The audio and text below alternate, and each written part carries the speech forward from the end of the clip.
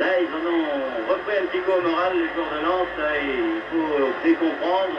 Encore une fois, quand ils sortent un peu la tête de l'eau, ils ont pris ce deuxième but sur pénalty. Ils ont failli en prendre un troisième.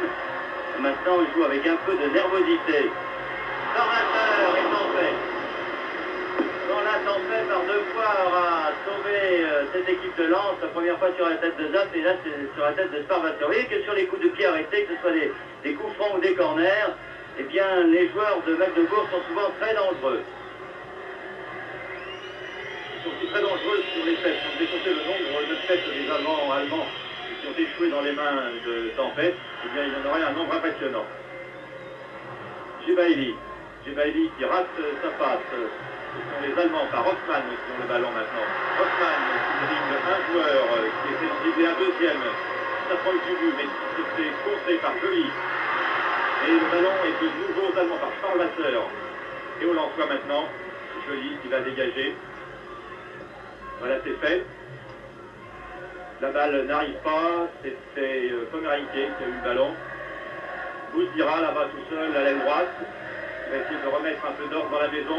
Bouzdira. Toujours lui. Qui s'avance. Il doit Krasnik dégager. Krasnik au milieu d'un paquet de joueurs. Les Allemands dégagent. La balle revient à Krasnik encore. Là-bas, c'est Lot. Un centre de Lot, une tête lensoise et un dégagement allemand.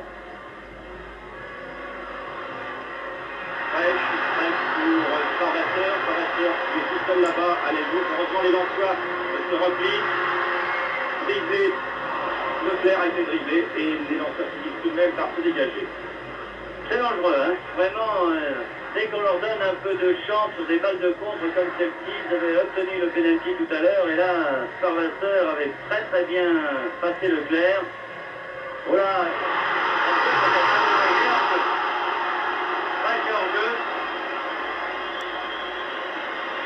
Ouais, il me faut grosse impression au niveau de la ligne d'attaque et on peut dire que pour l'instant la défense lensoise subit le match, fait des fautes de placement.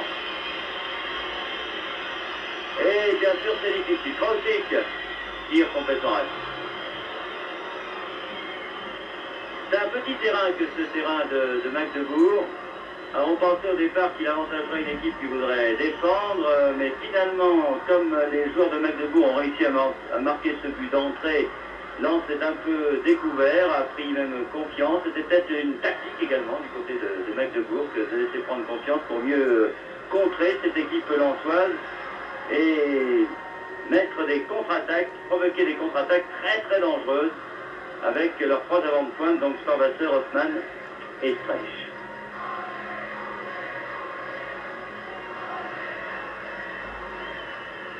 Joly qui se bat comme un beau diable. Elle souffre la défense lensoise pour l'instant. Alors des services en jeu, tant fait, oula, il était temps car derrière Streich était prêt à prendre ce ballon. Une remise en touche qui ressemblait fort à un corner.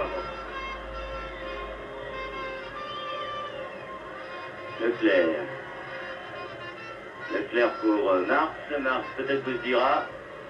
La balle pour Hoffmann de la tête, Sparvator. Qui s'est trompé pour une fois. Leclerc. Pour Marx, mais... Ballon en touche.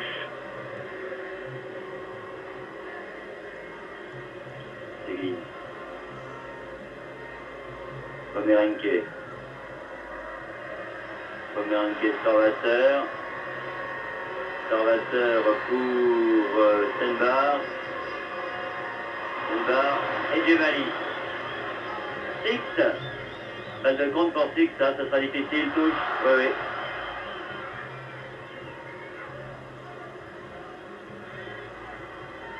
Auguste pour Sap.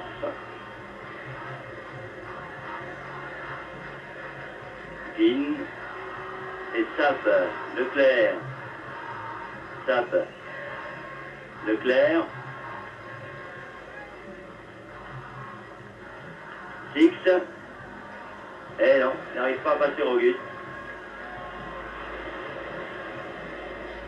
Sap. Il reste à ma montre 30 secondes à jouer dans cette première mi-temps et donc 2-0 pour l'équipe de Lens, pour l'équipe de Magdebourg, pardon. L'équipe de Magdebourg qui incontestablement s'est créé les situations les plus dangereuses devant les buts de Lens, qui a pêché par une défense et surtout une faute énorme sur le premier but. Et en plus un pénalty.